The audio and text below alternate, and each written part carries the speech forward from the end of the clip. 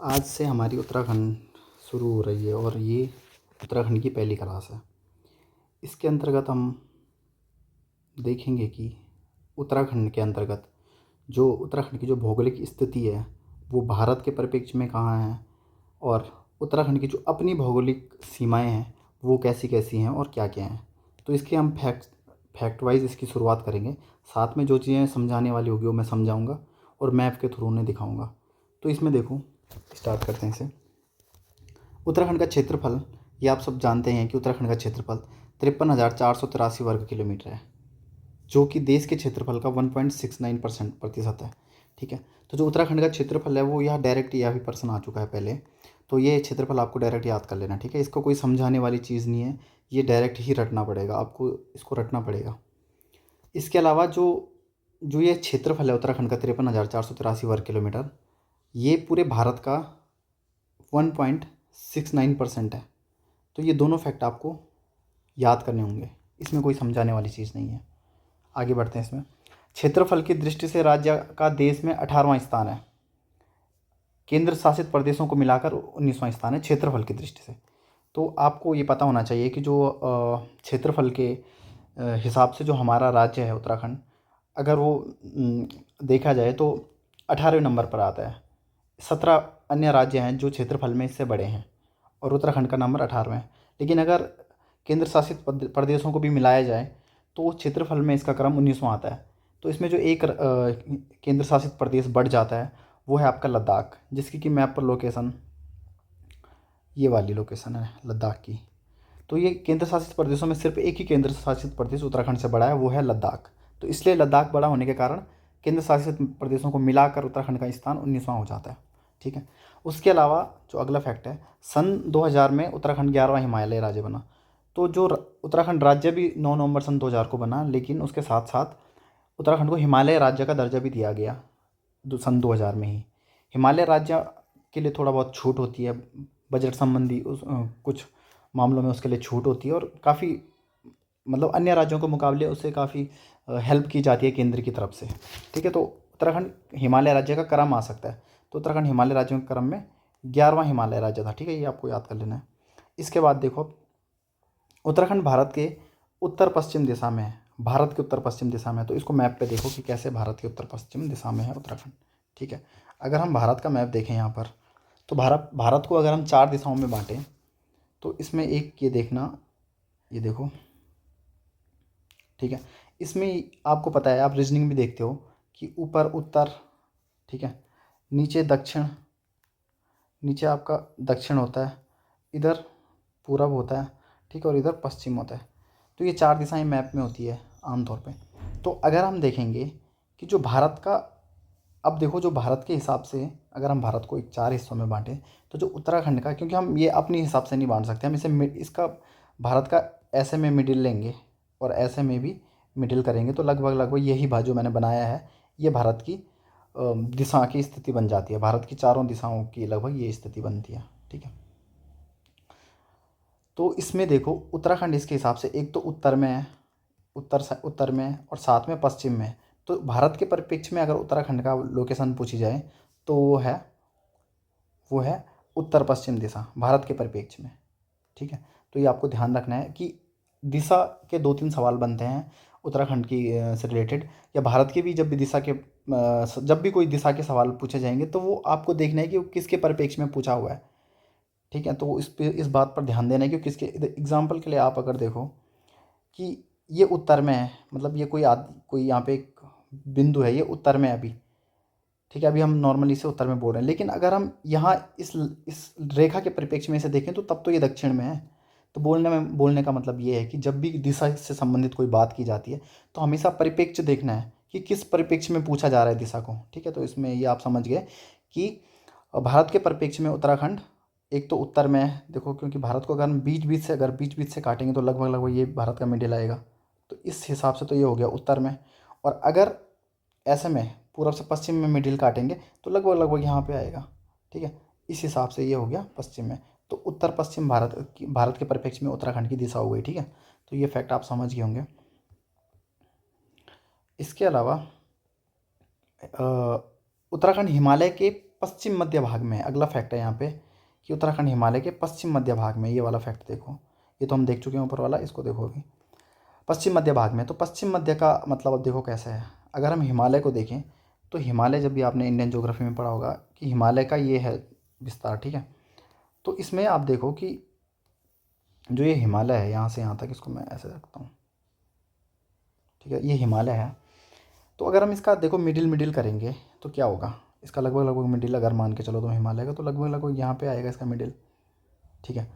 तो ये हो गया। अब इसमें भी देखो, ये हो गया पूरब, ये हो गया पश्चिम। तो इस परिप्रेक्ष्य में देखो ये किस में जा रहा है, पश्चिम में जा रहा है, तो इसको तो हटा दो पूरब। अब पश्चिम में भी देखो, वो एकदम पश्चिम में भी नहीं है, एकदम पूरब के क्लोज भी नहीं है, वो मध्य में है। तो इस हिसाब से ये क्या हो गया, हिमालय के परिप्रेक्ष्य में, हिमालय के परिप्रेक्ष्य में जो उत्तराखंड की दिशा है वो है पश्चिम मध्य भाग, पश्चिम में और मध्य भाग, ठीक है, मिडिल में है यहाँ पे ना। तो ये दोनों, ये भी आपको समझ आ गया होगा, ठीक है। तो ये इसका ये वाला फैक्ट है। इसके अलावा राज्य का अक्षांशीय विस्तार 28 डिग्री 43 मिनट से 31 डिग्री 27 मिनट है, ठीक है, जो कि टोटल इतना है, मतलब विस्तार, ये इन दोनों के बीच का डिफरेंस इतना है, ठीक है। तो ये तो पहले याद तो होना ही चाहिए, ये साथ में इसको समझते हैं कि ये कैसे है। चलो इसको भी मैप पे देखते हैं। आपने ये देखा होगा कि जो कर्क रेखा है वो लगभग लगभग भारत के इधर इधर से लगभग लगभग गुजरती है, ठीक है।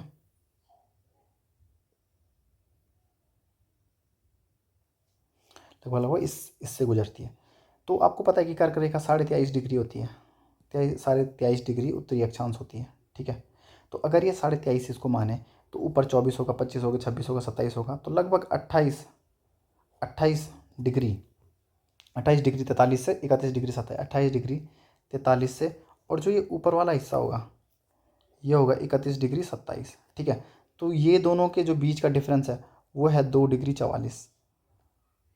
तो ये आपको समझना है कि ये जो 28 डिग्री है, ये जो ये बताया गया है वो कौन सा अंतर बताया गया है, इसको आप फिर से देख लो कि इसमें अगर कर्क रेखा 23 डिग्री पे है तो ऊपर 0 डिग्री रेखा, या जीरो मतलब जो भूमध्य रेखा है वो लगभग भारत से इतने नीचे है लगभग, ठीक है। तो ये 0 डिग्री है, तुम्हें पता है कि 6 डिग्री से अंडमान निकोबार लगभग शुरू हो जाता है, ठीक है। अंडमान निकोबार के द्वीप लगते हैं 6 डिग्री 4 से लगभग, और मुख्य भूमिका भी आपको पता है कि लगभग 8 डिग्री से यहाँ से शुरू होता है, ठीक है। तो ऐसे ऐसे करके यहाँ पर 23 डिग्री पे पहुँचते हैं हम कर्क रेखा पे, और फिर इसके आगे बढ़ते हुए, ऊपर बढ़ते हुए यहाँ पे आप ध्यान दोगे कि जो उत्तराखंड का है वो 28 डिग्री 43 से 31 डिग्री 02, ये उत्तराखंड का अक्षांशीय विस्तार है, क्योंकि ऐसी वाली रेखाएं अक्षांश रेखा होती हैं, ठीक है। लेटी हुई रेखाएं को अक्षांशीय रेखाएं बोलते हैं। तो अक्षांशीय विस्तार तो आप समझ गए होंगे, ये 28 डिग्री 43 से 31 डिग्री 27 तक इसका, मैंने 02 बताया, 31 डिग्री 27 यहाँ पे इसका उत्तरी अक्षांश, इसका अक्षांशीय विस्तार है, जो कि अगर इन दोनों के बीच का अंतर है वो कितना है, वो 2 डिग्री 44 है, ठीक है। तो ये तो हो गया आपका अक्षांशीय विस्तार। अब देशांतरीय विस्तार की हम बात करें तो देशांतरीय विस्तार होता है जो खड़े में रेखाएं होती हैं, ठीक है। तो जो देशांतरीय विस्तार है इसका, राज्य का देशांतरीय विस्तार 70 डिग्री 34 से 71 डिग्री 81 डिग्री 02 है, ठीक है। तो इसको भी यहाँ से, ये लगभग ये हो रही है यहाँ से और यहाँ तक की बात, ठीक है, 77 डिग्री 34 से 81 डिग्री 02।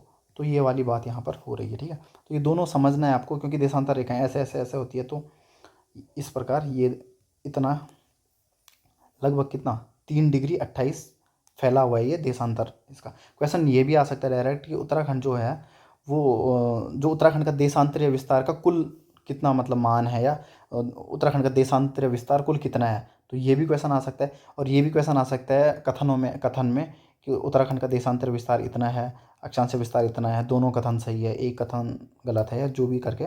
तो ये दोनों, अब ये पूरी वैल्यू आपको याद रखना है इस पीडीएफ में, या जो भी पीडीएफ मैं बनाता हूँ, या जो भी मैं इसमें लिखा होगा मैंने पीडीएफ में कहीं पे भी, वो फैक्ट वही हैं जो एग्ज़ाम में आने के बहुत ज़्यादा चांसेस हैं। फालतू फैक्ट को मैं लिखता नहीं हूँ, क्योंकि वो कुछ जो समझने वाली चीज़ें उसको वो समझी जाती हैं, जो कुछ लिखनी जो मतलब आपको दिखनी चाहिए बार बार, वो लिखी होती है मैंने, ठीक है। तो इसमें ध्यान देना कि जो मैंने लिखा होगा वो तो बहुत इंपॉर्टेंट है, उसको तो आपने मतलब पढ़ना ही है, क्योंकि मैंने वो चीज़ें लिखी है जो लगभग लगभग सबको याद है, जो बेसिक है। तो इसलिए इस पर ध्यान देना है स्पेशल, ठीक है। तो ये अक्षांशीय और देशांतरीय विस्तार वाली ये फैक्ट तुम समझ गए। इसके बाद हम आते हैं राज्य का आकार आयताकार है। तो सिंपल सी बात है कि ये तुम देख लो, आयत का मतलब होता है जिसके आमने सामने की भुजा बराबर होती है। तो आयत क्या है, देखो अगर इस उत्तराखंड को अगर हम एक डब्बे में रखने की कोशिश करें तो ये देखो, तो ये और ये बराबर और ये बराबर, तो ये हो गया आयताकार। ठीक है, तो इसका आकार क्या है, आयताकार है। क्योंकि देखो जो ये ज्योग्राफी है वो मोस्टली आपको मैप से समझनी पड़ती है, और जहाँ पे आपको समझ जा सकता है मैप से, तो वहाँ पे मैं मैप की मदद से समझाने की ट्राई कर रहा हूँ। ठीक है, अब देखो इसकी जो अगला फैक्ट है कि राज्य की लंबाई पूर्व से पश्चिम, ये पूर्व से पश्चिम मैंने आपको समझाने के लिए लिखा हुआ है, ये पेपर में लिखा हुआ नहीं आएगा। 358 किलोमीटर है। चौड़ाई उत्तर से दक्षिण 320 किलोमीटर। ठीक है, ये मैंने क्यों लिखा हुआ है पूर्व से पश्चिम, क्योंकि जब हम लंबाई देखते हैं, जैसे हम एक इंसान की लंबाई देखते हैं कि तो हम लंबाई ऐसे खड़े में नापते हैं ना, इधर से ऊपर के लिए लंबाई। ठीक है, और चौड़ाई हम ऐसे में नापते हैं, लेकिन मैप पे ये लंबाई हम ऐसे में नहीं नाप सकते, क्योंकि मैप तो हमारे पास 2D में है, 2 डायमेंशन वाला है। ठीक है, तो मैप को हम लंबाई वो लंबाई नहीं समझेंगे जो हम आमतौर पे सामने पे देखते हैं। ठीक है, एग्जांपल के लिए मैं तुम्हें इसको समझाता हूँ। जैसे ये लंबाई है ना, तो अगर हम लंबाई के हिसाब से जाएँ तो ये हम तो फिर इसे देख लेंगे, मतलब एक हिसाब से हम ऐसे में देखेंगे लंबाई। और हम लंबाई, अगर हम पेपर में लंबाई पूछी होगी तो हम तो इसको ये वाली लंबाई बताएंगे, नहीं ये वाली लंबाई नहीं बतानी है। आपको इतना तो पता है कि उत्तराखंड ऐसे में ज़्यादा है, ऐसे में कम है। ठीक है, तो लंबाई आपको ये वाली नहीं बतानी है, आपको लंबाई बतानी है कौन सी वाली, जब भी लंबाई की बात होगी मैप में तो वो होगी पूर्व से पश्चिम। ठीक है, ये वाली बतानी है लंबाई, ऐसे में कितना है, तो ये है 358। और दूसरा फैक्ट है, एक तो लंबाई का फैक्ट आता है हम पे, और दूसरा आता है चौड़ाई का। चौड़ाई हमने ऐसे में बतानी है। ठीक है, ये है कितना, 320। इसको हम बड़े मैप पे देखेंगे अभी। यहाँ पे देख लो, जो उत्तराखंड की लंबाई पूछी गई है, तो वो जो लंबाई है वो खड़े में ना होकर आपको ऐसे में बतानी है। ठीक है, तो ये लंबाई है ऐसे में, ये है आपका 358 किलोमीटर। ठीक है, लंबाई ये है और चौड़ाई ये है। ठीक है, ये है 320 किलोमीटर। तो ये लंबाई आपको ऐसे में याद रखनी है। इसको बार बार मैं इसलिए बता रहा हूँ ये, क्योंकि आपको ऐसा तो माइंड में आपकी इमेज है ये कि उत्तराखंड ऐसे में ज़्यादा फैला हुआ है, ऐसे में ज़्यादा ज़्यादा वाली वैल्यू इसकी ऐसे वाली है, लेकिन ये याद नहीं रहता कि वो ज़्यादा क्या है, लंबाई है कि चौड़ाई है। और आमतौर पे लगता है कि चौड़ाई होगा ऐसे में, लेकिन नहीं, आपको ये रखना कि ये लंबाई है। ठीक है, चौड़ाई ऐसे में है। ये माइंड में रख लो, क्योंकि ये पेपर अभी अभी भी इसमें इतनी कन्फ्यूजन हो रही है, तो एग्ज़ाम हॉल में इसकी कितनी बड़ी कन्फ्यूजन होगी ये समझने वाली बात है। इसलिए इस फैक्ट को अच्छे से समझ लो, क्लियर कर लो, कैसे भी तरीके से इसे याद कर लो। ठीक है, इसके बाद आओ आगे। राज्य के कुल क्षेत्रफल का 86.07% पर्वतीय क्षेत्र और 13 मैदानी है। तो आपको पता ही है कि उत्तराखंड जैसे पर्वतीय भाग देख लो, मैदान इसमें मोस्टली हरिद्वार है। ठीक है, रुद्रपुर है, और थोड़ा बहुत पौड़ी नैनीताल का हल्का फुल्का एरिया ये होगा। ठीक है, तो मैदानी परसेंटेज बहुत कम है, मोस्टली ज़्यादा क्या है, पर्वतीय ही है। ठीक है, तो ये इसलिए ये तो नॉर्मल सा फैक्ट है, याद करना है, ये समझना क्या है इसमें तो पता ही है आपको कि 86% पर्वतीय है और लगभग 13.93 है, लगभग 14% मैदानी है। ठीक है, ये सिंपल सा फैक्ट है। इसके बाद अगर आगे आओ कि राज्य के क्षेत्रफल का 60% भाग गढ़वाल में और तथा 39% भाग कुमाऊं मंडल में। ठीक है, 39.33%। तो ये देख लो, अगर हम ये गढ़वाल और कुमाऊं की सीमा है। ठीक है, इसको तुम देखो, यहाँ पे ये गढ़वाल और कुमाऊं की सीमा है, तो तुम्हें खुद ही फील हो रहा है कि 40% लगभग गया है, 60% लगभग गया है, और 40 कुमाऊं मंडल में क्षेत्रफल कम है। ठीक है, तो लगभग 60-40 का इनका अंतर है। तो ये भी सिंपल फैक्ट है, इसको भी कोई इतना ज़्यादा इसमें फोकस करने की ज़रूरत नहीं है।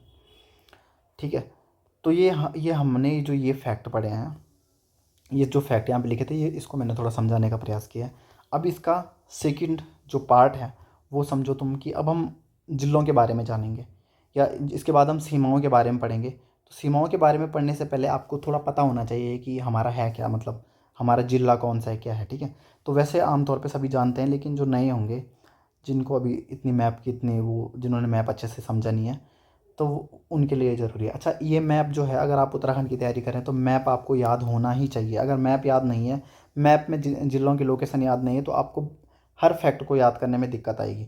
अगर आपको पता है कि बद्रीनाथ मंदिर चमोली में है, ये किसी ने बताया, अगर आपको चमोली का थोड़ा आइडिया है कि यार हमारा जो उत्तराखंड का मैप है उसमें चमोली यहाँ पर है, तो आप उससे कनेक्ट कर सकते हैं। इसलिए मैप याद होना बहुत ज़रूरी है। अगर चमोली का आपने मैप नहीं देखा तो आपको वो फैक्ट, मतलब बहुत एक अलग उसमें डबल मेहनत करनी पड़ेगी। और अगर आपको चमोली का मैप याद है तो आपको आधा आपका मैप से माइंड काम करेगा, माइंड मतलब याद होने की याद होने में आसानी रहेगी, ठीक है। तो देखो मैप में क्या क्या है। 3 जिले हमारे ऐसे हैं जो उत्तरी जिले हैं, ठीक है, उत्तरी मतलब ऊपर की ओर हैं। तो उत्तरकाशी, चमोली और पिथौरागढ़। और क्वेश्चन भी आता है कि उत्तराखंड का सबसे उत्तरी जिला कौन सा है, तो वो है उत्तरकाशी, ठीक है। तो ये 3 हो गए हमारे 3 उत्तर में जिले हैं। फिर इनसे लगे हुए जिले जैसे टिहरी गढ़वाल, ठीक है, रुद्रप्रयाग, बागेश्वर और चंपावत, ठीक है, ये जिले भी इनसे लगे हुए हैं। इनकी लोकेशन याद कर लो, क्योंकि ये तो आपको पता ही है कि टिहरी गढ़वाल से ही काट के उत्तरकाशी बनाया गया, ठीक है। तो ऐसे ही इसको ध्यान रखना। तो इसमें ये मतलब इनकी लोकेशन याद कर लो। इधर देहरादून है, यहाँ हरिद्वार है, ये पौड़ी है, ये टिहरी है, ये रुद्रप्रयाग है, अल्मोड़ा है, नैनीताल है, उधमसिंह नगर है, चंपावत है और पिथौरागढ़ और बागेश्वर है, ठीक है। तो इस तरीके से आपको ये इनकी लोकेशन याद होनी चाहिए, अच्छे से याद होनी चाहिए इनकी लोकेशन। और ये मैप की बार बार प्रैक्टिस करना, ठीक है। तो ये इसके बाद हम इसको अब सीमाएं वाला पढ़ेंगे, इसलिए मैंने एक बार आपको बता दिया कि ये जिले ये हैं, ठीक है। अब इसके आगे हम चलते हैं सीमाओं पे, उत्तराखंड की सीमाएं, ठीक है। अब राज्य की सीमाएं ये इम्पोर्टेंट है, इम्पोर्टेंट सारा ही है, लेकिन क्वेश्चंस यहाँ से आने की ज़्यादा चांसेस रहेंगे, ठीक है। तो कभी भी जब सीमा होती है तो हमारा राजा 2 प्रकार की सीमाएं बनाता है। एक तो बनाता है अंतर्राष्ट्रीय सीमा, ठीक है, एक तो बनाएगा अंतर्राष्ट्रीय सीमा और एक बनाएगा राष्ट्रीय सीमा, ठीक है। ये 2 प्रकार की सीमा हमारा राज्य बनाएगा, अंतर्राष्ट्रीय सीमा और राष्ट्रीय सीमा। पहले हम अंतर्राष्ट्रीय सीमा पढ़ेंगे, फिर हम राष्ट्रीय सीमा पढ़ेंगे, ठीक है। तो चलो इसमें शुरू करते हैं इसे। अंतर्राष्ट्रीय सीमा उत्तराखंड 2 देशों के साथ बनाता है, जिसमें पहला देश है चीन और दूसरा देश है नेपाल, ठीक है। सिर्फ 2 देशों के साथ अंतर, अभी मैं मैप पे दिखाऊंगा, लेकिन पहले से समझो। अंतर्राष्ट्रीय सीमा सिर्फ 2 देशों के साथ बनाता है, चीन और नेपाल, ठीक है। चीन के साथ बनाता है 350 किलोमीटर और नेपाल के साथ बनाता है 275 किलोमीटर। कुल मिला के ये हो जाता है 625 किलोमीटर, ठीक है। तो ये आपको समझना है कि चीन के साथ 350 किलोमीटर और नेपाल के साथ 275 किलोमीटर अंतर्राष्ट्रीय सीमा बनाता है। जो उत्तराखंड की कुल अंतर्राष्ट्रीय सीमा 625 किलोमीटर है और केवल 2 देशों के साथ लगती है, ठीक है। ये फैक्ट तो याद होना ही चाहिए। इसके बाद देखते हैं चीन से कौन सा, मैं अभी मैप पे दिखाऊंगा सारा, पहले यहाँ देख लो। चीन से है उत्तरकाशी, चमोली, पिथौरागढ़, ये चीन से है। और चीन से जो सर्वाधिक सीमा बनाता है वो पिथौरागढ़ है और न्यूनतम सीमा जो बनाता है वो चमोली है, ठीक है। ये 2 फैक्ट आपके चीन से सीमा से संबंधित है। फिर नेपाल से, अभी मैप पे समझोगे तो आसानी से समझ में आएगा। नेपाल से देखो, पिथौरागढ़, चंपावत और उधमसिंह नगर 3 बनाते हैं। सर्वाधिक सीमा तो पिथौरागढ़ बनाता है दोनों से, चीन से भी नेपाल से सर्वाधिक सर्वाधिक आएगा तो पिथौरागढ़ आंसर रहेगा। और न्यूनतम कौन बनाता है, यूएस नगर बनाता है, ठीक है। तो अब हम इस जो ये सीमा है अंतर्राष्ट्रीय सीमा है इसको मैप में देखते हैं।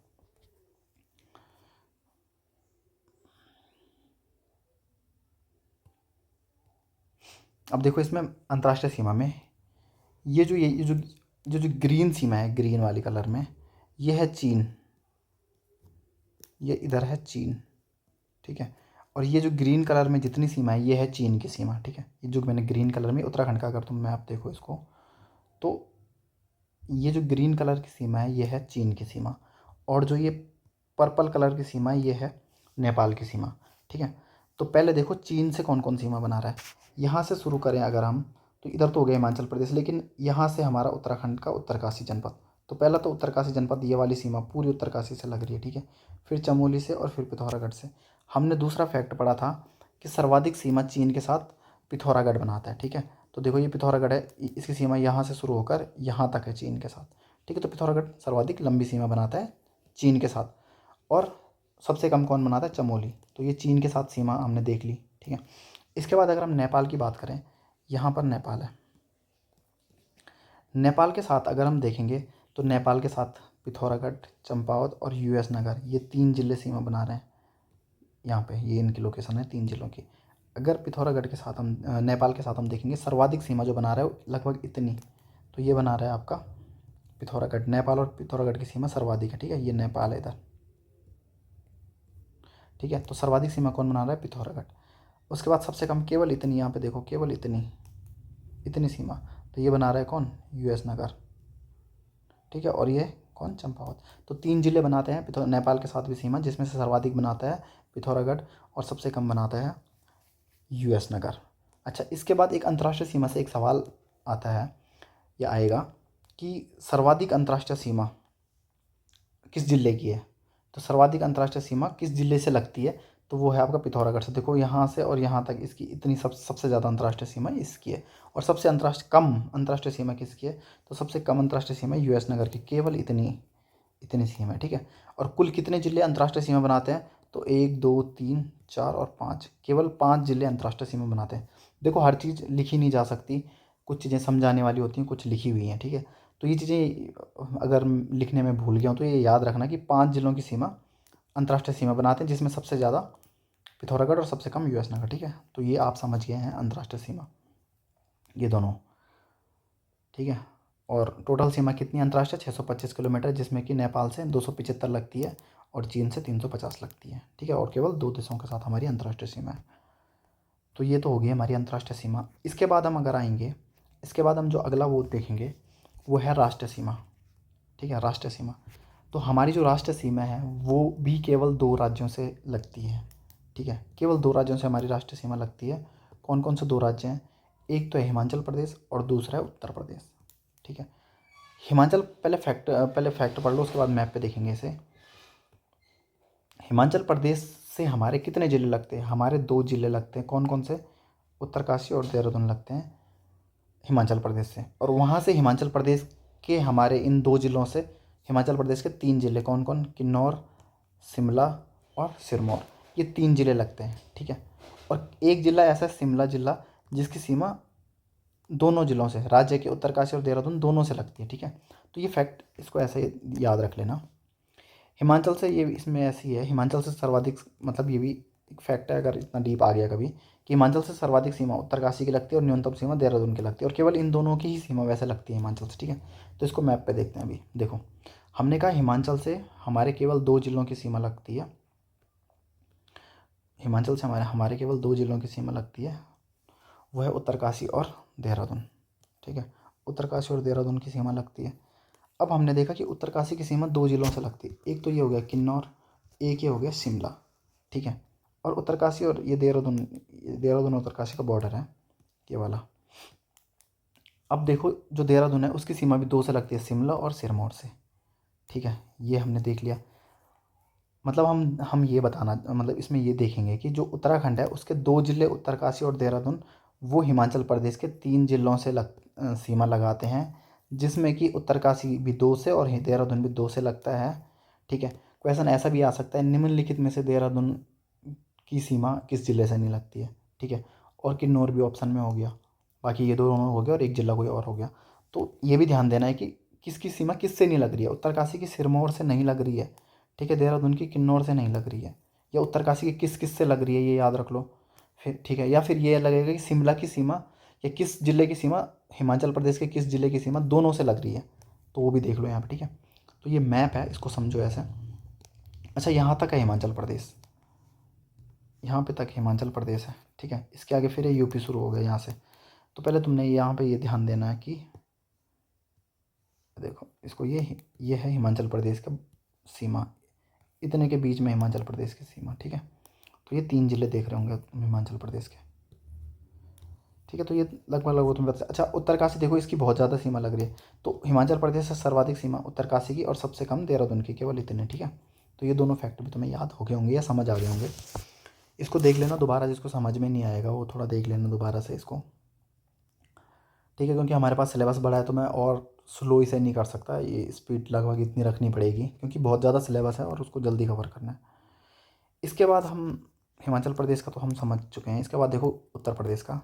उत्तर प्रदेश के 5 ज़िले, सॉरी उत्तर प्रदेश से राज्य के 5 ज़िले लगते हैं हमारे, देहरादून, हरिद्वार, पौड़ी, नैनीताल, उधमसिंह नगर। पहले तो क्वेश्चन यही आ सकती है कि उत्तर प्रदेश के साथ हमारे कितने ज़िले लगते हैं, तो 5 ज़िले लगते हैं, ठीक है। अच्छा सीमा बनाते हैं लेकिन कितनों से बनाते हैं? जैसे हिमाचल प्रदेश के 3 थे, लेकिन यहाँ पे भी ऐसा ही है। यहाँ पे उत्तर प्रदेश के 7 ज़िले हैं, हमारे 5 ज़िलों से उत्तर प्रदेश के 7 ज़िले सीमा बनाते हैं, ठीक है। जिसमें से सहारनपुर ज़िला है एक, उसकी सीमा देहरादून से लगती है। साथ में पौड़ी और नैनीताल से किसकी, बिजनौर की सीमा लगती है, ठीक है। और उधमसिंह नगर से 4 ज़िलों की सीमा लगती है। तो अब देखते हैं कौन कौन से। और सर्वाधिक सीमा उत्तर प्रदेश की यूएस नगर के साथ है, सबसे कम नैनीताल के साथ है, ठीक है।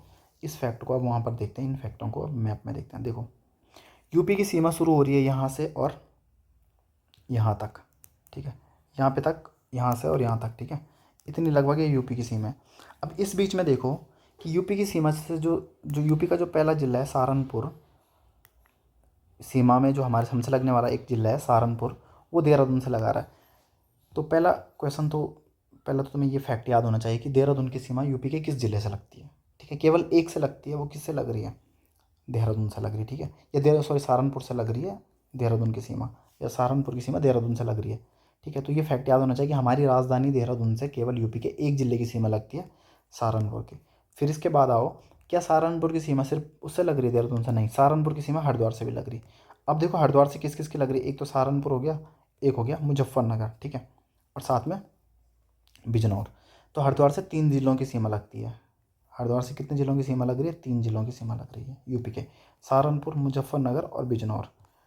अब जो ये बिजनौर ज़िला है, इसकी सीमा भी किस किस से लगती है? देखो हरिद्वार से लग रही है, पौड़ी से लग रही है, नैनीताल से लग रही है, और यूएस नगर से भी लग रही है। ठीक है, तो बिजनौर की सीमा उत्तराखंड के किस किस ज़िले से लग रही है? 4 ज़िलों से लग रही है, जिसमें से जो पौड़ी और नैनीताल है, इनकी सीमा केवल और केवल बिजनौर से लग रही है।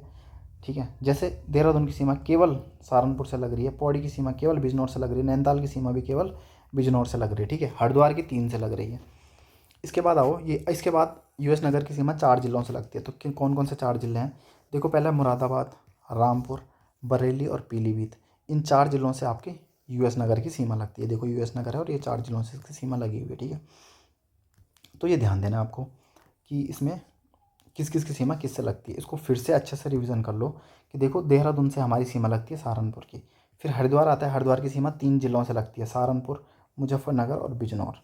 ठीक है, फिर जो पौड़ी है उसकी सीमा सिर्फ बिजनौर से लगती है, नैनीताल उसकी सीमा सिर्फ नैनीताल की बहुत कम सीमा है, राष्ट्रीय सीमा। ठीक है, लेकिन है, क्वेश्चन आ सकता है ना कि किस ज़िले की राष्ट्रीय सीमा नहीं है और ऑप्शन में नैनीताल है, तो इतना है नैनीताल का। ठीक है, तो ये याद रखना कि नैनीताल की सीमा भी लगती है यूपी से।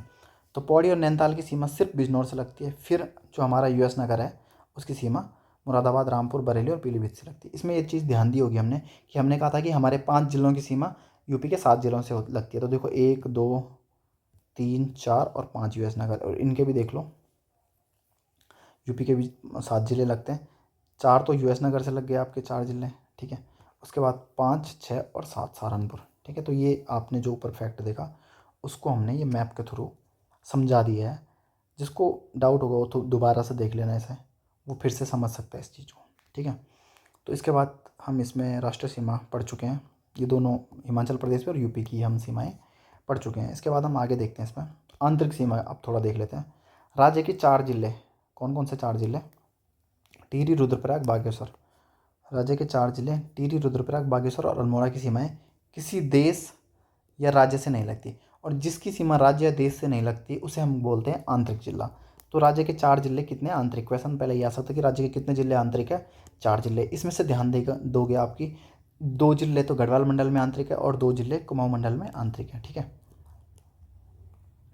ध्यान देना, सॉरी ये अलग फैक्ट है, पर फिर भी ध्यान रखना कि 2 ज़िले ये टिहरी और रुद्रप्रयाग ये गढ़वाल मंडल के हैं, और बागेश्वर और अल्मोड़ा ये कुमाऊं मंडल के हैं। ठीक है, तो ये 4 ज़िले हमारे आंतरिक सीमा बनाते हैं। इसके अलावा ये सारा मैं चारों मैप पे दिखाऊंगा, पहले इसको देख लो।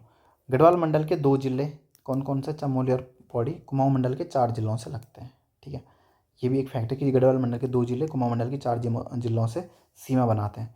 सर्वाधिक 7 ज़िलों से पौड़ी की सीमा लगती है। ठीक है, गढ़वाल मंडल के उत्तरकाशी ज़िले को छोड़कर 5 ज़िलों की सीमाएँ पौड़ी से लगती है। ठीक है, ये भी अच्छा क्वेश्चन है। और चमोली और अल्मोड़ा की सीमाएँ 6 ज़िलों से लगती है। अब इसको देखो मैप पे, यहाँ देखो मैप पे से हमने कहा पहले आंतरिक ज़िले, हमने कहा कि 4 ज़िले आंतरिक ज़िले हैं, और 2 कुमाऊं के थे और 2 गढ़वाल के थे। देखो कुमाऊं के कौन, गढ़वाल के कौन कौन से? एक तो हो गया रुद्रप्रयाग और एक हो गया टिहरी गढ़वाल। देखो इनकी सीमा ये लॉक है। ठीक है, सिर्फ किससे लग रही है? जिलों से ही लग रही है, किसी ना राष्ट्र से लग, ना देश से लग रही है, ना किसी राज्य से लग रही है। ठीक है, तो टिहरी और रुद्रप्रयाग हो गए गढ़वाल के 2 आंतरिक ज़िले। कुमाऊं के कौन कौन से हैं? एक तो हो गया बागेश्वर, देखो पूरा लॉक है यहाँ पे बीच में, और दूसरा हो गया अल्मोड़ा, अल्मोड़ा भी लॉक है यहाँ पे, ये किसी इंटरनेशनल सीमा या नेशनल सीमा से नहीं लग रहा है। ठीक है, तो ये हो गए हमारे 4 आंतरिक जिले। इसके बाद अगला फैक्ट था कि पौड़ी जिले की सीमा 7 जिलों से लगती, तो देखते हैं कितनों से लगती। ये हरिद्वार 1, ठीक है, यहाँ से देहरादून से लग गई, ये टिहरी से लग गई, ये रुद्रप्रयाग से लग गई, ये चमोली से, ये अल्मोड़ा से, ये नैनीताल से। ठीक है, तो 1 2 इसमें देखो 1 2 3 4 5 6 7, तो 7 जिलों से पौड़ी की सीमा लगती है। ये फैक्ट भी आपने देख लिया। और केवल एक से नहीं लग रही गढ़वाल मंडल के उत्तरकाशी से। ये भी हमने देखा ना कि उत्तरकाशी से नहीं लगती है, तो ये भी आप समझ गए होंगे कि उत्तरकाशी ज़िले से पौड़ी की सीमा नहीं लगती है। इसके बाद अगर हम आगे देखें तो इसका अगला फैक्ट था कि अल्मोड़ा और चमोली की सीमा 6 जिलों से लगती है। तो चमोली की 1 उत्तरकाशी से, रुद्रप्रयाग से, 3 पौड़ी से, 4 अल्मोड़ा से, 5 बागेश्वर से, 6 पिथौरागढ़ से। ठीक है, तो चमोली की सीमा किससे लग रही है? 6 से। सर्वाधिक 7 से लगती है पौड़ी की और 6 से लग रही है चमोली की। ठीक है, इसके अलावा अल्मोड़ा भी देखो, अल्मोड़ा की किससे लग रही है? 1 चमोली से, 2 पौड़ी से, 3 नैनीताल से, 4 चंपावत से, 5 पिथौरागढ़ से और 6 बागेश्वर से। ठीक है, तो अल्मोड़ा की सीमा भी लग रही है 6 जिलों से। ये 3 सर्वाधिक सीमा वाले जनपद हैं जिनकी सर्वाधिक जिलों से सीमा लग रही है। ठीक है, देख लो, पौड़ी, चमोली और अल्मोड़ा। तो सबसे ज़्यादा पौड़ी, फिर दोनों सेकंड नंबर पे चमोली और अल्मोड़ा। ठीक है, इसके अलावा हमने ये देखना है कि जो हमारा डिस्ट्रिक्ट है देहरादून, जो हमारी राजधानी है देहरादून, उसकी सीमा किस किस से लग रही है? तो एक तो उत्तरकाशी से लग रही है, एक टिहरी से लग रही है, एक पौड़ी से लग रही है और एक हरिद्वार से लग रही है। तो देहरादून की सीमा 4 जिलों से लगती है। ये भी इंपॉर्टेंट बात है क्योंकि देहरादून हमारी राजधानी है। हमेशा देहरादून को एक इम्पोर्टेंट डिस्ट्रिक्ट माना करो हर चैप्टर में, क्योंकि देहरादून हमारी राजधानी है और उसके बारे में आपको इन्फॉर्मेशन होनी चाहिए। ठीक है, तो इसके लिए अब ये सीमा वाला चैप्टर, इसके लगभग लगभग हम फैक्ट पढ़ चुके हैं। कुछ फैक्ट हो सकता है मिस कर गए होंगे, लेकिन वो आपने अगर कहीं बुक में पढ़ेंगे तो आप उसे मैप से मिलाएंगे कि हमने जो पढ़ा है वो, इसका स्क्रीनशॉट आप रख सकते हैं। तो जो आप सीमा वाला कोई कॉन्सेप्ट पढ़ेंगे, यहाँ पर चीन था और ये यहाँ पर नेपाल था। ठीक है, तो ये आप जो स्क्रीनशॉट रख सकते हैं उसका, जब भी आपको कोई फैक्ट सीमा वाला फैक्ट मिलता है तो एक बार उसको आप क्रॉस चेक कर लो कि हाँ है कि नहीं है। और ये 4 आंतरिक जिले हैं। ठीक है, ये हो गया, ये हो गया, इसको लिख देता हूँ। ये टिहरी है, ये रुद्रप्रयाग है, ये अल्मोड़ा है और ये बागेश्वर है। ये 4 आंतरिक जिले हैं। ठीक है, तो इस प्रकार हम लगभग लगभग पढ़ चुके हैं। सीमा वाला चैप्टर हमारा लगभग लगभग इसका ये समाप्त हो चुका है। इसके बाद हम अगला चैप्टर आगे पढ़ेंगे।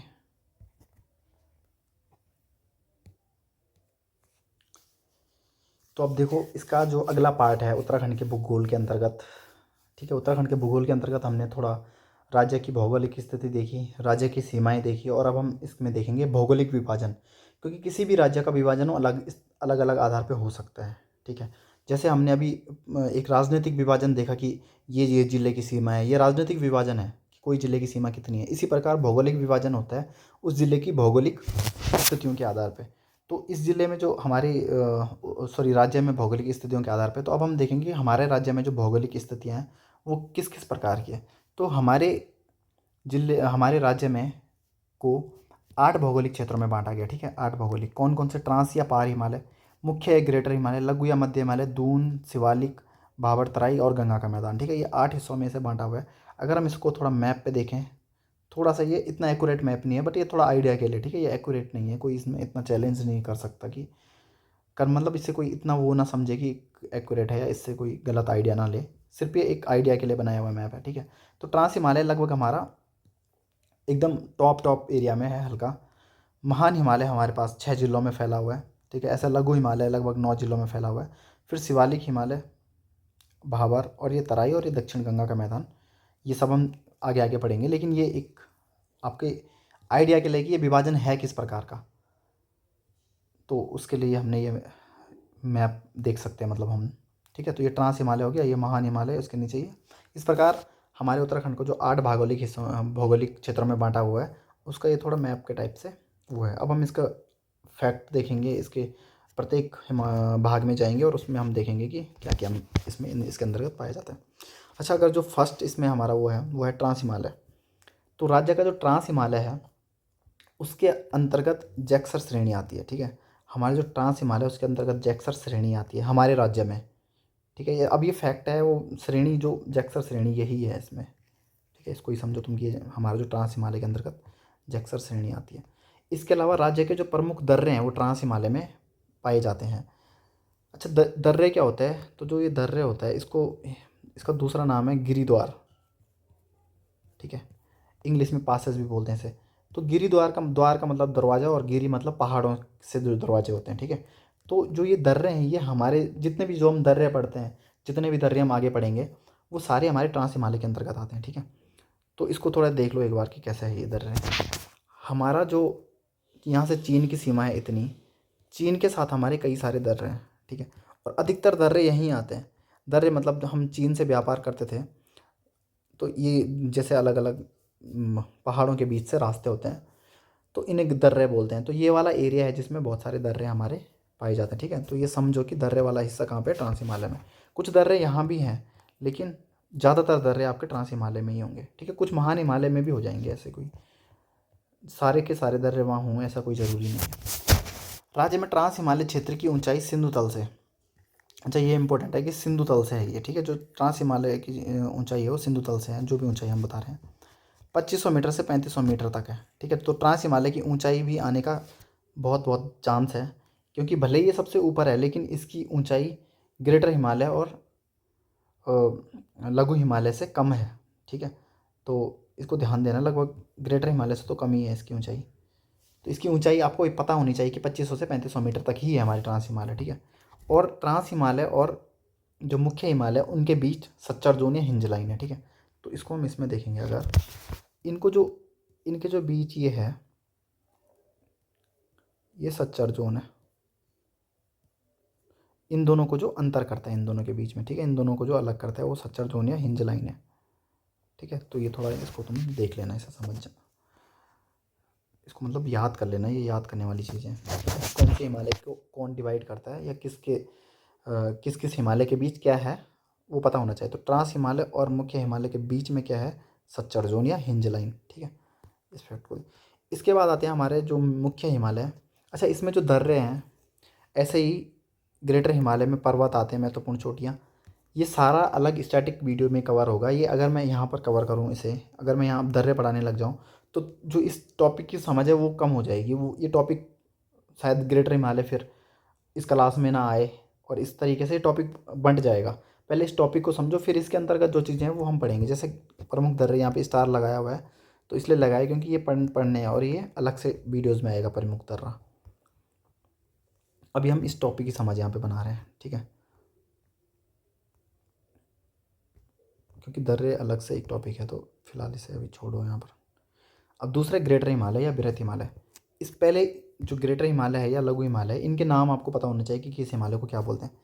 तो इसका अन्य नाम है हिमाद्री, उच्च हिमालय, आंतरिक हिमालय। देखो आंतरिक हिमालय लगता नहीं है, ऐसा लगता है कि दूसरा लघु हिमालय होगा आंतरिक हिमालय, लेकिन नहीं, आंतरिक हिमालय इसी हिमालय को बोलते हैं। ठीक है, हिमाद्री भी इसे ही बोलते हैं, आंतरिक हिमालय, मुख्य हिमालय और महान हिमालय। ठीक है, ग्रेट, बृहत, ये इतने सारे इसके नाम है, सारे नाम याद होने चाहिए क्योंकि कन्फ्यूजन नहीं होनी चाहिए। जैसे आंतरिक हिमालय काफ़ी कन्फ्यूज कर सकता है। अब अगर हम इसकी ऊंचाई देखेंगे तो ट्रांस हिमालय की ऊंचाई थी 2500 से 3500 मीटर तक, लेकिन जो बृहत हिमालय इसकी ऊंचाई है 4500 मीटर से 7817 मीटर तक। 7817 मीटर पे आप हमारी सबसे ऊंची चोटी है। ठीक है, नंदा देवी पश्चिमी।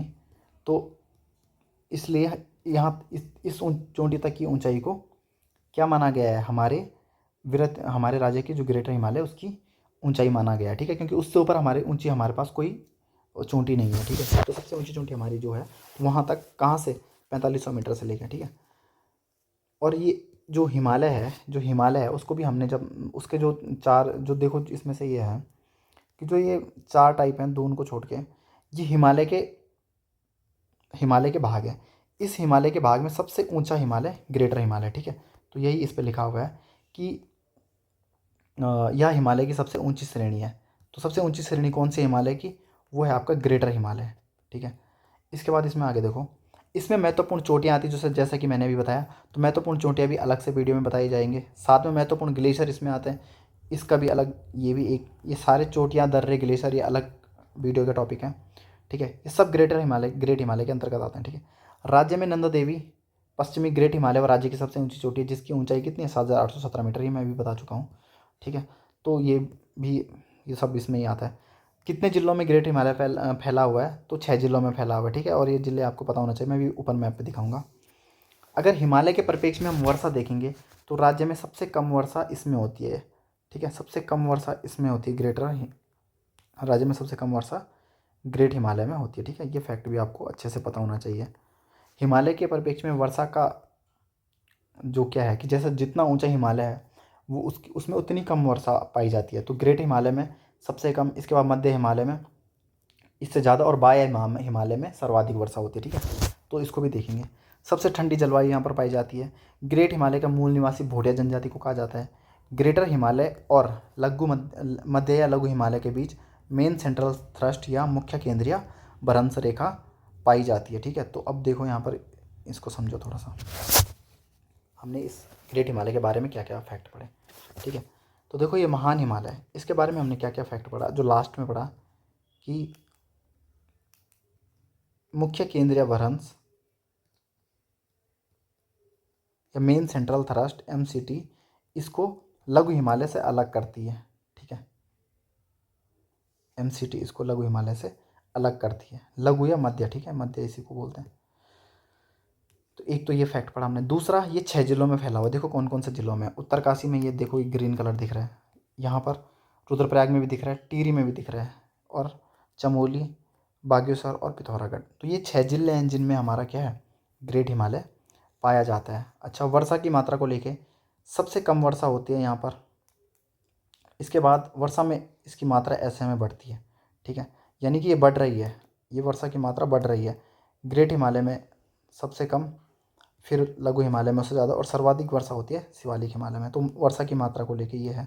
दूसरा, यहाँ का मूल निवासी भोटिया जनजाति है। ठीक है, तो भोटिया जनजाति आपको पता है कि इन्हीं तीनों जनपदों में भोटिया जनजाति पाई जाती है।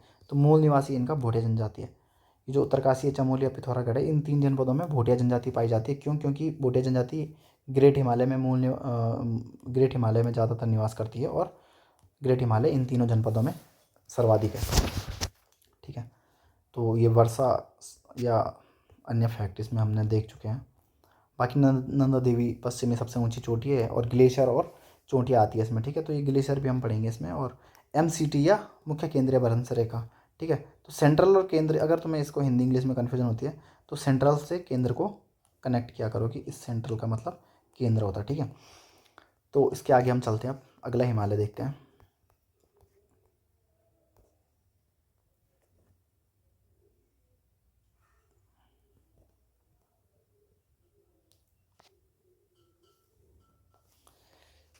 कुछ फैक्ट अगर इसमें छूटे हैं तो कोई बात नहीं, उसे देख लेना आप लोग। कुछ फैक्ट मतलब छूटे हो सकते हैं, तो वो मतलब आपने समझना है कि उनको देखना है। जैसे इसको देखते हैं, 1 मिनट। तो देखो इसमें जो कुछ फैक्ट इसमें PDF में नहीं लिखे हुए हैं, वो फैक्ट आप बुक से समझ सकते हैं, बुक से याद कर सकते हैं। ठीक है, वैसे मैंने कोशिश की है कि मैं मैक्सिमम फैक्ट इसमें लिख दूँ। ठीक है, उसके बाद आता है लघु या मध्य हिमालय। तो लघु या मध्य हिमालय में पहले तो आपको ये पता होना चाहिए। अच्छा, इसका नाम नहीं लिखा हुआ है यहाँ पे। जैसे तो लघु और मध्य हिमालय को हिमांचल भी कहते हैं। ठीक है, हिम का आंचल, हिमांचल। उपनाम भी इनके बहुत, सबके तीनों प्रकार के, हिमालय या शिवालिक है, सबका अपना अपना जो इनके अन्य नाम है वो भी आपको पता होना चाहिए कि इनके नाम क्या क्या है। क्योंकि ये बहुत कन्फ्यूज करते हैं परीक्षा हॉल में। किसी को, सबको लगता है कि याद है, लेकिन बहुत सारे बच्चे, अच्छे पढ़े लिखे, अच्छे टैलेंटेड बच्चे भी इसे गलत कर सकते हैं, इसलिए ये नाम याद होना चाहिए। पहला जब हमने हिमालय पढ़ाया है, तो जैसे हम ऊंचाई पढ़ रहे हैं, तो इस प्रकार लघु और मध्य हिमालय की ऊंचाई कितनी है राज्य में? 1200 से 4500 मीटर तक। क्योंकि 4500 से ऊपर और 7817 तक हमने किसकी पढ़ी थी? महान हिमालय की। ठीक है, तो ये हो गया आपका लघु या मध्य हिमालय की ऊंचाई। यह राज्य के 9 जिलों में फैला हुआ है। ठीक है, तो उसके जो 6 जिलों में फैला हुआ था वो जिले हमने देखे, और ये आप देख सकते हैं। इसमें जीवाश्म का अभाव होता है। ठीक है, तो लघु या मध्य हिमालय में बिल्कुल जीवाश्म का अभाव है। लघु या मध्य हिमालय से कई नदियाँ निकलती हैं। तो देखो, वैसे हमारी नदियाँ उच्च हिमालय से बहुत ज़्यादातर नदियाँ उच्च हिमालय से निकलती हैं, महान हिमालय या ग्रेट हिमालय से निकलती हैं। लेकिन कुछ नदियाँ हमारी लघु या मध्य हिमालय से भी निकलती हैं। ठीक है, जिसमें जैसे पश्चिमी रामगंगा, सरयू और लदिया, ये मुख्य नदियाँ हैं। ठीक है, इनको हम देखेंगे नदियों वाले चैप्टर में। राज्य में दूधातोली श्रृंखला, जिसे उत्तराखंड का पामीर बोलते हैं, ये लघु हिमालय के अंतर्गत आता है। अच्छा, जैसे ग्रेट हिमालय में हमने एक चीज़ छोड़ दी है कि ग्रेट हिमालय में जो हमारी नेशनल पार्क है, फूलों की घाटी। ठीक है, फूलों की घाटी जो नेशनल पार्क है वो ग्रेट हिमालय में आता है। ठीक है, तो ये फैक्ट छूट गया था। तो फूलों की घाटी जो नेशनल पार्क है वो ग्रेट हिमालय के अंतर्गत आता है। ग्रेट हिमालय में पड़ने वाला एकमात्र नेशनल पार्क फूलों की घाटी है। ठीक है, एकमात्र नहीं है लेकिन मतलब ये कह सकते हैं कि फूलों की घाटी कुछ को लेके पहले क्वेश्चन आया हुआ है, तो इसलिए मतलब उसको स्पेशल बताया है। ठीक है, ऐसा एकमात्र नहीं है वो, अन्य भी है मतलब। लेकिन फूलों की घाटी को लेके पहले क्वेश्चन आया है कि कौन सा निम्नलिखित में से कौन सा नेशनल पार्क फूलों उसमें ग्रेट हिमालय में, उच्च हिमालय के अंतर्गत आता है। ठीक है, तो ये फैक्ट पहले आया हुआ है पुराने पेपरों में, तो इसलिए ये इंपॉर्टेंट था, वहाँ पे मैंने छोड़ दिया था उसे।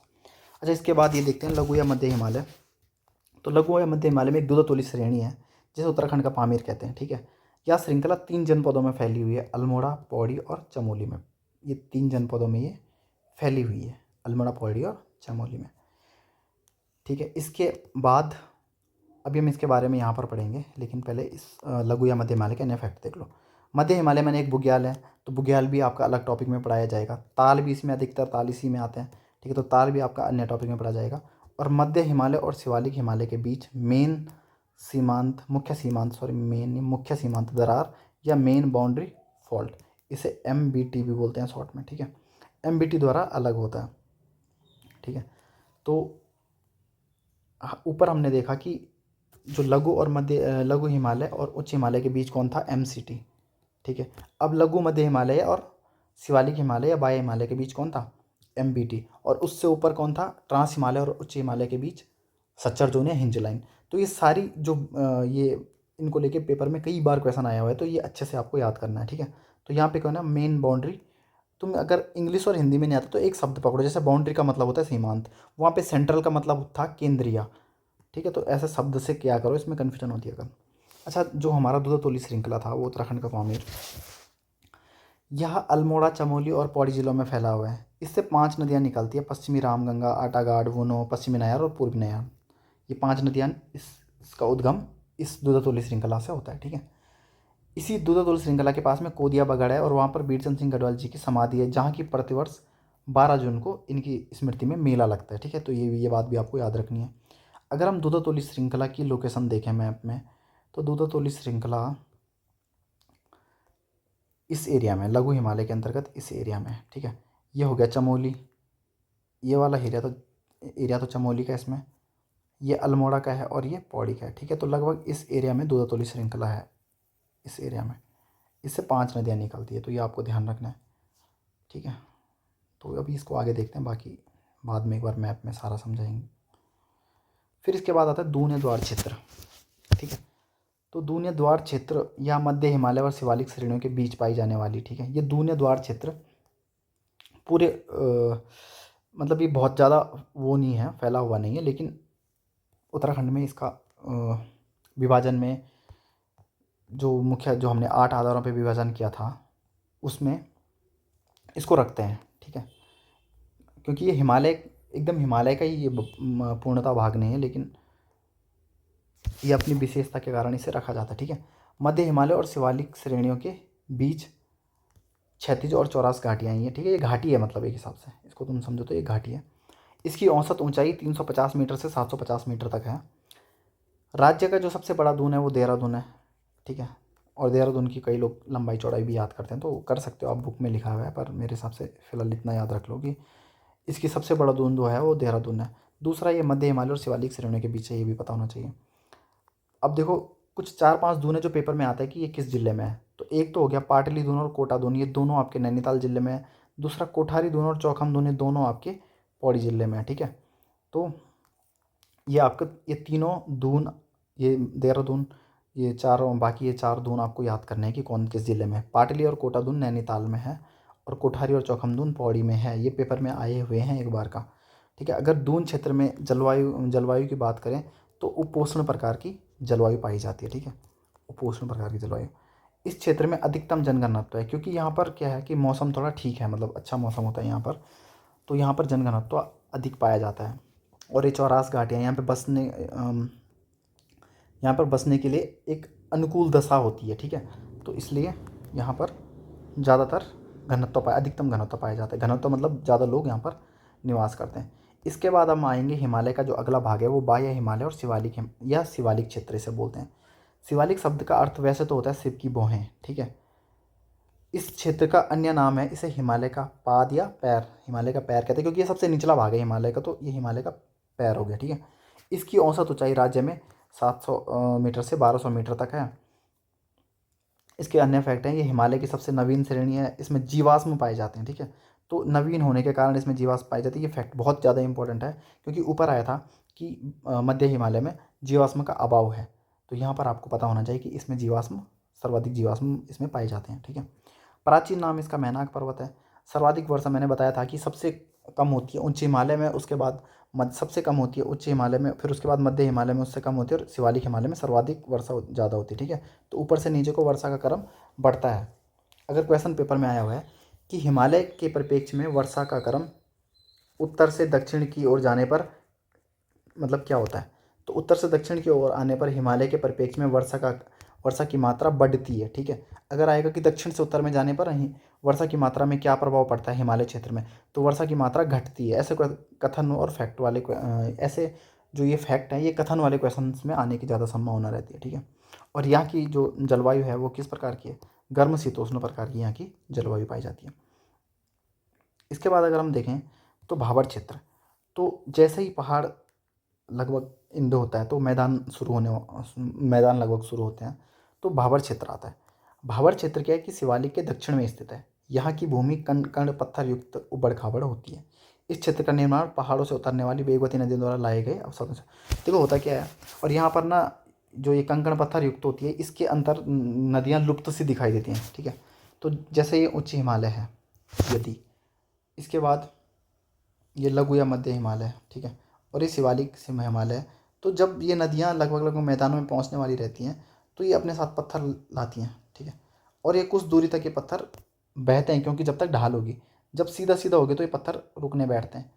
तो जो ये वाला एरिया है, ये एरिया जहाँ पर पत्थर क्या रुकते हैं, क्योंकि सीधे सीधे पत्थर आगे ट्रैवल नहीं कर सकते, उसके बाद पानी पानी आगे जाता है और पत्थर यहीं रुक जाते हैं, ठीक है। तो जो ये वाला एरिया है कंकड़ पत्थर युक्त एरिया, इसे बोलते हैं भाबर। इसके ऊपर शिवालिक हिमालय, इसके ऊपर मध्य हिमालय, इसके ऊपर उच्च हिमालय, ठीक है। इसके ट्रांस हिमालय इसके पीछे, ठीक है। तो ये हो गया भाबर। और फिर जब ये नदी यहाँ चलती है तो ये वाला एरिया आपका तराई है, ठीक है, जहाँ मतलब जहाँ आपको पत्थर नहीं मिलती है, पत्थर कम मतलब नहीं है, वहाँ पर उबड़ खाबड़ नहीं है, जहाँ की भूमि कृषि युक्त है वो तराई है, इसके बाद उसमें आएगा, ठीक है। तो आप समझ गए कि शिवालिक के दक्षिण में स्थित है, यहाँ की भूमि कंकड़ पत्थर युक्त उबड़ खाबड़ है। इस क्षेत्र का निर्माण पहाड़ों से उतरने वाली वेग, वही मैं आपको बता रहा था कि जब पहाड़ से जब नदियाँ मैदानों में प्रवेश करेंगी, तो जब तक वेग होगा, जब तक ढाल होगी, तब तक तो पत्थर लुढ़केंगे नदी के वेग से, लेकिन एक टाइम के बाद पत्थर स्टेबल हो जाएंगे। जब जब सीधा वो आ जाएगा, जब सीधा प्लेन्स लग जाएगा जब, तो वहाँ पर क्या होगा, पत्थर आगे नहीं बढ़ पाएंगे नदी के वेग से, तो फिर नदी इनके बीच से बहती है और यहाँ पे नदी लुप्त प्राय दिखती है। तो ये भी क्वेश्चन आ सकता है कि किस क्षेत्र में नदियाँ लुप्त प्राय दिखी जाती हैं, तो वो कौन सा क्षेत्र है आपका, भाबर, ठीक है। नदियाँ यहाँ पर लुप्त प्राय मतलब जैसे जैसे गायब हो गई हो, ठीक है, लुप्त प्राय दिखती हैं। ये फैक्ट भी आपको याद रखना है, ठीक है। इसके बाद अगला फैक्ट है तराई। तो पहला इसमें जो तराई, भाबर के बाद आगे जब नदी बढ़ती है तो वो जो क्षेत्र है जहाँ पर अच्छी मिट्टी, पत्थर तो ऊपर छूट जाते हैं, उसके बाद मिट्टी के कण आगे आगे बहते हुए जाते हैं। तो जहाँ पर नदी मिट्टी के कण या कृषि उपयुक्त मिट्टी के कण जहाँ पर पाए जाते हैं या दलदली प्रकार की भूमि पाई जाती है, वो स्थान तराई क्षेत्र है। ये अवसादी चट्टानों से, ठीक है, अवसादी चट्टानों से हुआ है तराई क्षेत्र का निर्माण, और नदियों से संबंधित ही है ये, ठीक है। नदियाँ ही मतलब कोई भी क्षेत्र है, मैदान है या भाबर है या तराई है, उसके निर्माण करने में नदियों की ही अहम भूमिका होती है, क्योंकि नदियाँ जो मिट्टी लाएंगी पहाड़ों से, उपजाऊ मिट्टी लाएंगी, पत्थर लाएंगी, तो उससे ही मैदानों पर वही निर्माण होगा। मैदान अपने आप कहीं से वो नहीं कर सकता, ठीक है। वो अलग चीज़ है कि कोई मतलब ज्वालामुखी ये सब अलग चीज़ें हो जाती हैं, लेकिन हमारे जो पहाड़ से लगे क्षेत्र हैं, तराई भाबर है, वहाँ पर तो नदियों का ही मेन इंपॉर्टेंट रोल है, ठीक है।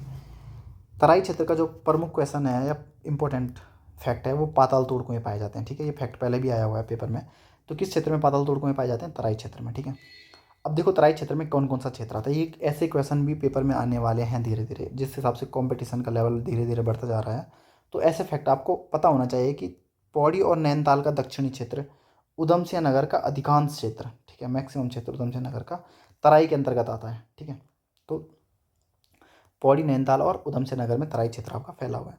दलदली मिट्टी होने के कारण यहाँ धान गन्ना की उत्पादकता अधिक होती है, मतलब खेती के लिए अच्छी दशाएं हैं तराई क्षेत्र में, क्योंकि वहाँ पे मिट्टी है, पत्थर नहीं है, और जब पत्थर नहीं है तो मिट्टी है, तो उसमें खेती करना आसान है, अच्छा होता है, ठीक है, पैदावार अच्छी होती है। और यहाँ पर उपोष्ण प्रकार की जलवायु पाई जाती है। देखो तराई में उपोष्ण प्रकार की जलवायु पाई जाती है, साथ में दून क्षेत्र में भी उपोष्ण प्रकार की जलवायु हमने देखा था अभी। इसके बाद इसमें हम जो अंतिम भाग है भौगोलिक विभाजन का, वो है गंगा का मैदानी क्षेत्र। तो हरिद्वार जिले का गंगा, देखो गंगा का जो मैदानी भाग है वो सबसे ज़्यादा हरिद्वार, मतलब वो हरिद्वार जिले में ही है, उत्तराखंड में, ठीक है। तो जो गंगा का मैदानी क्षेत्र हरिद्वार जिले में अधिकांश भाग है। इसमें दो प्रकार की मिट्टी पाई जाती है, जलोढ़ मिट्टी पाई जाती है। एक तो खादर होती है, एक पुरानी। नई जलोढ़ को बोलते हैं खादर और पुरानी जलोढ़ को बोलते हैं बांगर। होता क्या है, जहाँ नदी प्रतिवर्ष, जो ये नदी है इसके जो आसपास का एरिया है, तो ये तो होता है खादर, ठीक है। इस एरिया को बोलते हैं खादर, क्योंकि यहाँ नदी प्रत्येक साल मिट्टी ला रही है बहाकर। जो नदी से बहुत दूर का एरिया है, बहुत दूर का एरिया है, उसे कहते हैं बांगर, क्योंकि वहाँ पर नदियाँ प्रतिवर्ष नहीं मिट्टी ला रही है। तो वहाँ की जो मिट्टी बहुत सालों पहले वहाँ नदी थी या वहाँ तक बाढ़ आई थी, अब वो मिट्टी बहकर वहाँ नहीं लाई जा रही है, तो वो क्या हो गई, पुरानी जलोढ़ हो गई, ठीक है। तो खादर या नई जलोढ़ ये भी कृषि के लिए उपयुक्त मिट्टी होती है, ठीक है। तो ये किसका भाग है, ये मैदानी क्षेत्र का भाग है, खादर और नई बांगर, ठीक है। मोस्टली ये नदियों द्वारा ही वो बने हुए क्षेत्र हैं, ठीक है। तो ये हमने इसमें भौगोलिक विभाजन जो है उत्तराखंड का, उसको देख लिया है। देखो इस मैप को अगर हम देखें तो इसमें देखो ये गंगा का मैदानी भाग कहाँ पे है, हरिद्वार में ही मोस्टली है, ठीक है। और तराई आप देख लो ज़्यादातर, ठीक है। ये थोड़ा ऊपर तक है, गंगा का मैदानी भाग लगभग यहाँ तक है, थोड़ा मैप नीचे बन गया। पौड़ी और नैनीताल का दक्षिणी क्षेत्र, ठीक है। और देहरादून, पौड़ी और नैनीताल का दक्षिणी क्षेत्र, और उधम सिंह नगर का अधिकांश क्षेत्र तराई क्षेत्र में, ठीक है। ये तराई लिखा हुआ है। भावर तुम देख सकते हो, शिवालिक से लगा हुआ क्षेत्र भावर है। ये लघु हिमालय है और ये महान हिमालय, ट्रांस हिमालय। इन सबको हमने एक मतलब जल्दी से रिवाइज करने के लिए हमने एक तरीके से पढ़ लिया है। अब इसको आपको मैप में पढ़ना है, समझना है, जो चीज़ समझ में नहीं आई है उसको देखना है दोबारा से, ठीक है। कुछ फैक्ट एक बार ये चैप्टर बुक से भी पढ़ना है तो ये कवर होगा, क्योंकि सारे फैक्ट शायद मैंने नहीं लिखे हैं, कुछ ना कुछ छूट जाता है लिखने में, ठीक है। तो इसलिए अब ये काम अब आप लोगों का है कि आप इस चैप्टर को दोबारा से, जो मैंने समझाया है, जो आप बुक से देखना चाहते हो वो ये चैप्टर आप दोबारा से बुक से देखेंगे तो ही ये चैप्टर आपको अच्छे से समझ में आएगा, ठीक है। तो धन्यवाद, आप इसको बुक से देख लेना, इस चैप्टर को अब आगे से रिवाइज़ कर लेना। और बाकी जो इसमें दर्रे, बुग्याल, ताल, ये सब छोटे हैं, ये इसकी स्टैटिक वीडियो अलग आएगी जब उत्तराखंड ज्योग्राफी के बाकी टॉपिक हो जाएंगे।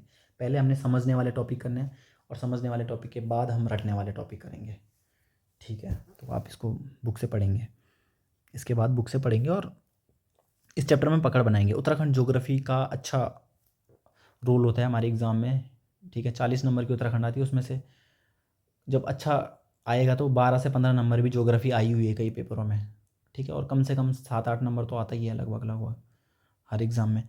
तो इसलिए ये ज्योग्राफी को आपको अच्छे से पढ़ना है, ज़्यादा इसमें कुछ है नहीं, समझने वाली चीज़ें और आसान चीज़ें हैं, ठीक है। 1-2 बार पढ़ोगे तो ये आसानी से याद हो जाएगा, ठीक है। तो धन्यवाद आपका।